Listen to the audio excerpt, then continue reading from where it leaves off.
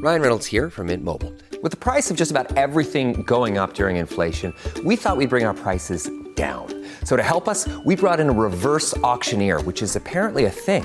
Mint Mobile Unlimited Premium Wireless. How to get 30, 30, how to get 30, how to get 20, 20, 20, how to get 20, 20, how to get 15, 15, 15, 15, just $15 a month? Sold! Give it a try at mintmobile.com/switch. $45 up front for 3 months plus taxes and fees. Promo rate for new customers for limited time. Unlimited more than 40 gigabytes per month. Slows full terms at mintmobile.com.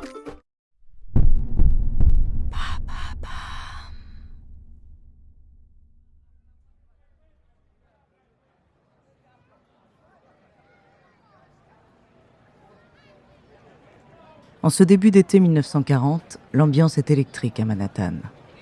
La nuit vient à peine de tomber que toutes les vitrines des commerces s'illuminent déjà de néons colorés. Le brouhaha incessant des voitures se poursuit comme en plein jour dans la ville qui ne dort jamais. Sur la 34e rue, un jeune homme de 18 ans tente de se frayer un passage parmi la foule de New-Yorkais massés sur les trottoirs. Il transpire à grosses gouttes dans son costume cravate bon marché. La chaleur est étouffante et il a les bras chargés de cartons de pizza. « Je vais être en retard, je vais être en retard, je vais être en retard », se répète-t-il en boucle, tandis qu'il aperçoit le sommet du plus haut gratte-ciel du monde où il est attendu dans les 5 prochaines minutes. Si seulement je pouvais voler ou grimper sur les toits. Son esprit s'égare une seconde quand un taxi manque de le renverser. Soudain rappelé à la réalité, le jeune homme s'élance et se met à courir de toutes ses forces. Ses cheveux soigneusement brossés en arrière virevoltent dans tous les sens. Son regard d'ordinaire sympathique et presque naïf se remplit de détermination à mesure qu'il avale la distance. Il livrera ses pizzas coûte que coûte et dans les temps. C'est une mission de la plus haute importance qui implique de grandes responsabilités. Il arrive enfin dans le hall de l'Empire State Building et s'engouffre dans l'ascenseur. Direction le 14e étage, siège de Timely Publications, une maison d'édition spécialisée dans la bande dessinée.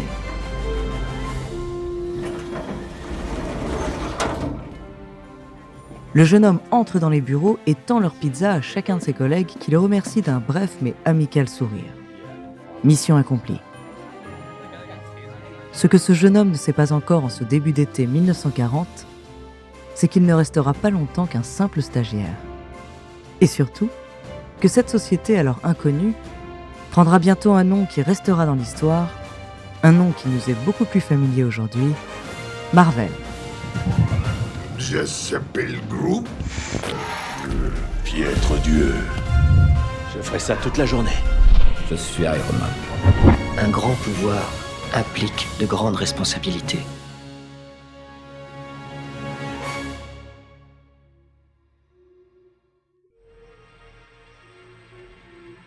Bonjour, je suis Andrea, bienvenue dans True Story. Dans cet épisode, je vais vous parler d'un homme au destin extraordinaire. Scénariste visionnaire, à l'imagination débordante, il a révolutionné le monde de la bande dessinée américaine. Depuis des dizaines d'années, ses créations sont célébrées dans le monde entier et affichées en poster dans les chambres de millions d'enfants et d'adolescents. On fête aujourd'hui le 100e anniversaire de sa naissance. Son nom, Stanley Lieber, plus connu sous le nom de Stan Lee. De ses débuts difficiles à ses super-héros qui marqueront l'histoire, découvrez sa true story.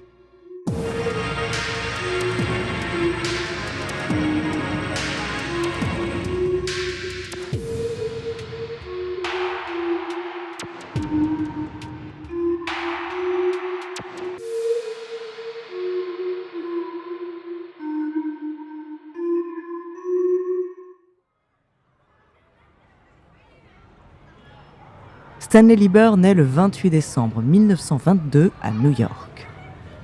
Il est le fils d'immigrés juifs roumains venus aux États-Unis pour tenter le rêve américain. Son père est tailleur, sa mère femme au foyer, et malgré tous les efforts du monde, la famille vit dans la misère.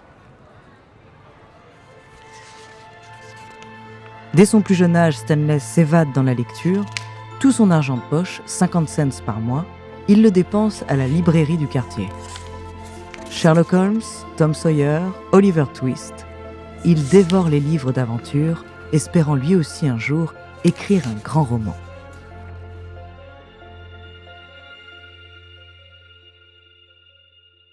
Mais le besoin d'argent est plus pressant que tout, et à l'âge de 16 ans, Stanley écourte ses études pour aider à subvenir aux besoins de sa famille.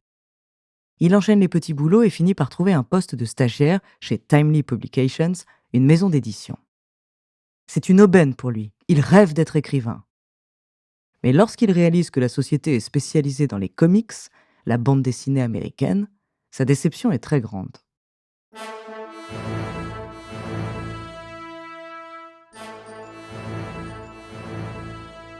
Au début des années 40, les comics sont une nouveauté. Superman apparaît pour la première fois en 1938, Flash et Batman en 1939. Ces trois super-héros viennent du même studio, DC Comics, qui a alors un quasi-monopole sur la toute jeune industrie. Les magazines où sont publiées leurs histoires sont un énorme succès auprès de la jeunesse. Mais pour les parents et la majorité du grand public, ces justiciers masqués sont vulgaires, violents, de très mauvais goût. À Timely Publications, Stanley se contente donc de servir les cafés, remplir les encriers et aller chercher des pizzas en se promettant de vite trouver du travail dans une vraie maison d'édition. Il brille cependant par son zèle, son enthousiasme et surtout son énergie hors du commun. Son patron, Martin Goodman, lui confie alors la tâche de remplir certaines bulles de dialogue laissées vides. Et en 1941, le jeune homme publie sa première œuvre dans un magazine consacré à un certain Captain America. Afin d'éviter que son vrai nom soit associé à ces bandes dessinées un peu ridicules et de le préserver pour un futur roman, Stanley signe alors du pseudonyme Stan Lee. Bien sûr, il ignore encore que c'est justement ce pseudonyme qui passera à la postérité.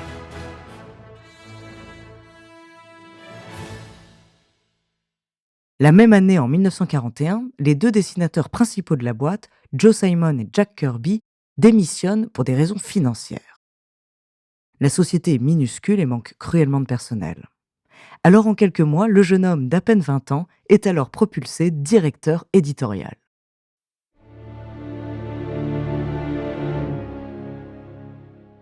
Mais pendant les 20 années qui suivent, l'industrie connaît une crise particulièrement rude.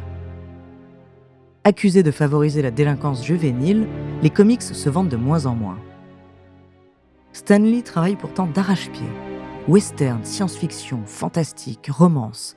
Il a beau essayer différents types de scénarios, le public n'accroche pas. À l'âge de 40 ans, après 20 ans chez Timely Publications, devenu Atlas Comics, il est sur le point de démissionner. Mais avant de partir, il décide de tenter le tout pour le tout et de publier une dernière histoire.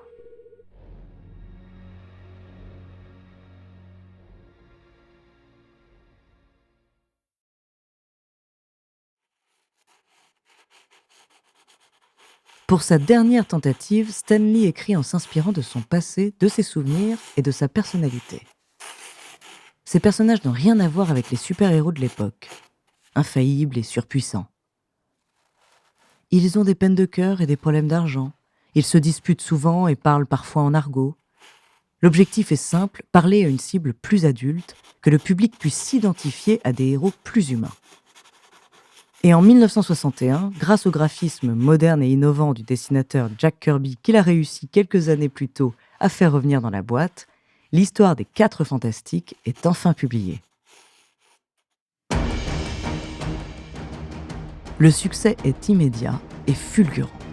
Pour la première fois de son histoire, Atlas Comics reçoit des courriers de fans auxquels Stan Lee répond assidûment.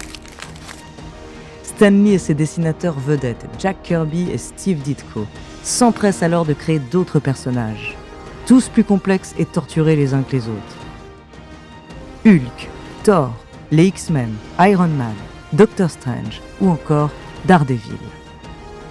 Les méchants qu'ils affrontent ont quant à eux quelque chose de touchant et presque affectueux, brouillant les frontières jusque-là hermétiques du bien et du mal.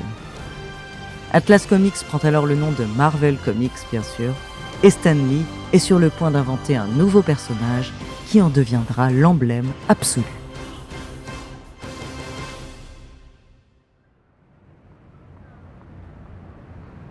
Un soir d'été 1962, Stan Lee contemple la ville depuis la fenêtre de son bureau au 14e étage de l'Empire State Building.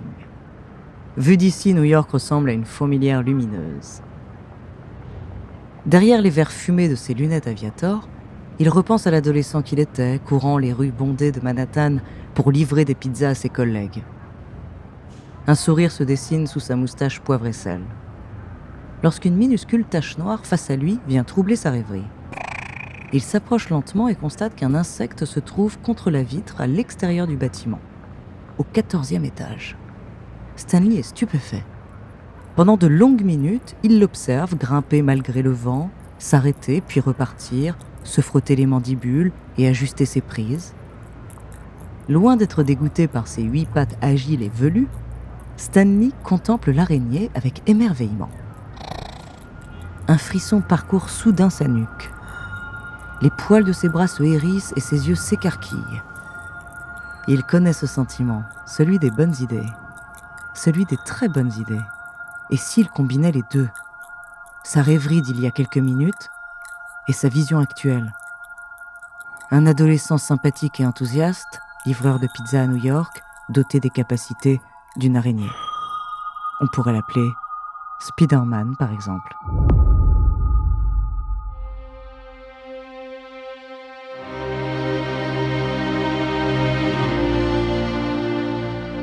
Au début, l'idée est rejetée par tous ses collègues.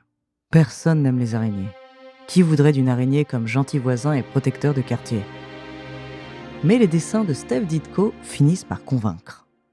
Et puis, Spider-Man est spécial. Pour la première fois dans l'histoire des comics, le super-héros est un adolescent, comme les lecteurs. Il va au lycée, il est un peu geek, mal dans sa peau, il est victime de harcèlement. Hé les petits, la rue n'est pas une cour de récréation. Oui, monsieur Spider-Man. À bientôt. Mais quand il enfile son costume et parcourt la ville en tissant ses toiles, il devient le héros que tous les jeunes rêvent de devenir. Spider-Man devient vite le plus gros succès de Marvel et bat tous les records. Et l'année suivante, en 1963, l'équipe de Stan Lee réunit plusieurs de leurs super-héros dans une seule et même histoire. C'est la naissance des Avengers. Au fil du temps, Stan Lee embauche de nouveaux scénaristes et dessinateurs pour se consacrer exclusivement à la promotion de Marvel aux 4 coins du pays. Naturellement, les adaptations cinématographiques ne tardent pas à voir le jour. Les premiers films sont assez mauvais, mais le succès finit par arriver avec les X-Men et la première trilogie Spider-Man, jusqu'aux énormes blockbusters dont on connaît aujourd'hui la popularité.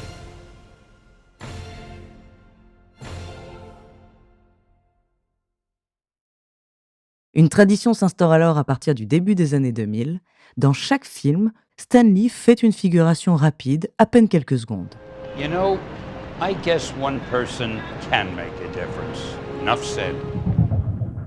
Ce petit jeu devient vite culte et les spectateurs s'amusent à repérer le vieillard au regard malicieux, déguisé en vendeur de hot-dog, en chauffeur de taxi ou encore en homme de ménage. Invitation, sir. I should be on that list. Name? Stanley. Yeah, nice try, buddy. Nice try. Really, I'm Stanley. À chacune de ses apparitions publiques, son énergie et sa bonne humeur impressionnent. Après tout, c'est lui, le génie derrière tous ces super-héros. Certains l'appellent même Monsieur Marvel, et sa renommée grandit année après année.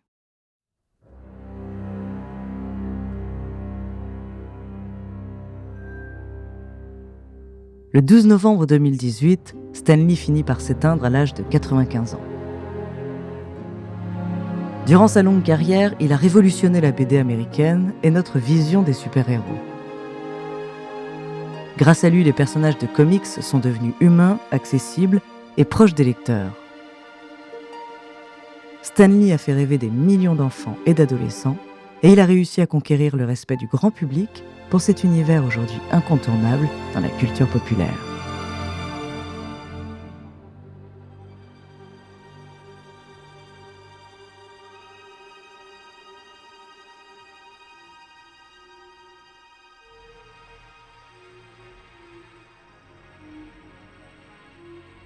Merci d'avoir écouté cet épisode de True Story. Les 4 prochains épisodes seront consacrés spécialement au sport. Je vous parlerai d'une patineuse artistique impliquée dans une terrible affaire d'agression. En attendant, si cet épisode vous a plu, n'hésitez pas à laisser des commentaires et des petites étoiles sur vos applis de podcast préférés.